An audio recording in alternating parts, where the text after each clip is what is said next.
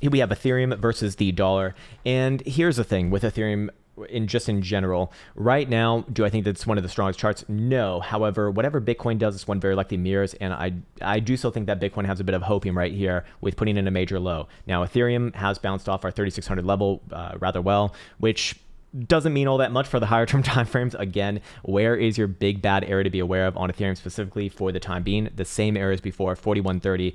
As long as we're below there, it's the same thing as Bitcoin below $52,000. Can't get excited about any sort of major massive breakouts. I guess the more pertinent hopium would be taking out this declining trend line right here that has been governed on the last 1, 2, 3 highs. That would be currently at about 3950. Do understand though that well, I don't usually see great results with those things, but you know, if you want to be a little more aggressive, I guess that's the area that you're working for in comparison to 4130 in this case. Just like Bitcoin below 45,500 on a daily closure, I do look for it to fall apart quite significantly. The same area for Ethereum would be relevant towards 3,600, implying moves back down towards your 33 to 3,400 base over time, or anywhere around your 4th of December wick lows right here, which is actually a little bit higher than that now that I realize it. More around like 3350 to 3450, basically just $50 higher than those ranges. Shorter term time frames like a 4 hour do imply a little bit of upside here. So again, I do think that there's some short-term hopium. However, where does your short-term time frame resolution have for the range? That'd be back above about 38.22. If you do hit that region, or sorry, do clear above that region, I do look for this one to actually test officially the 3950-ish region. And then of course, you know, that would be, I guess, your next sort of hopium region for the higher term time frames, which can be, I guess, a little more impressive. Here's the thing though, whatever Bitcoin does, this one very likely follows. And I'm curious if we have any sort of obvious signals going on here on your higher term time frames. So I haven't really checked just yet. Okay, we pulled back into not a higher low right here, but technically speaking, it is a falling channel. So these do statistically get broken out to the upside more than the downside.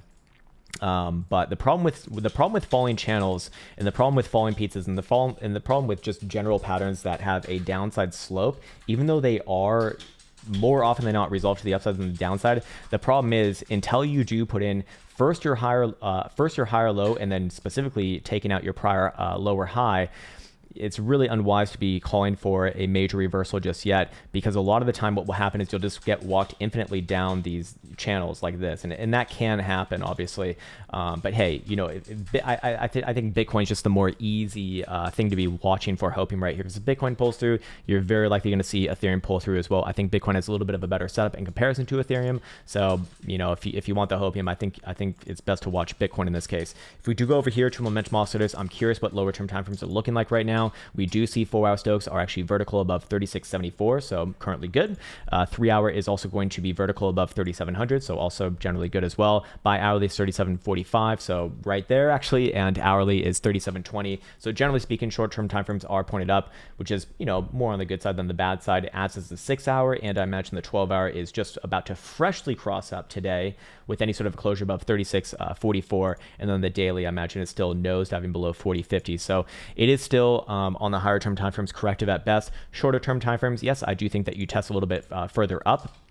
And then the question is, do you clear above these critical regions for the short-term timeframes, that being 38.20? If you do, then, well, I think it's going to have a chance. You probably see Bitcoin pull through at the same time as well, if that's going to happen. And then, hey, let's talk about, you know, some more fun things, which would be what to expect if you actually do take the upside resolution here, which will be fully confirmed above 4130, more preemptively confirmed, I guess, above on a daily closing basis, this 3950-ish region right here. Well, I would be looking for a general run back around your 45 to 4600 prior highs, and probably beyond from there. Again, we are coming into the last day of this month and year, and so I suppose it would be relevant to be looking at the monthly right here. And to be fair, there is some major bearish divergence formulating right there, which will be confirmed with any sort of a closure below about 3850, in fact. So that 3850 region perhaps could be a front runnable area for the higher term timeframes.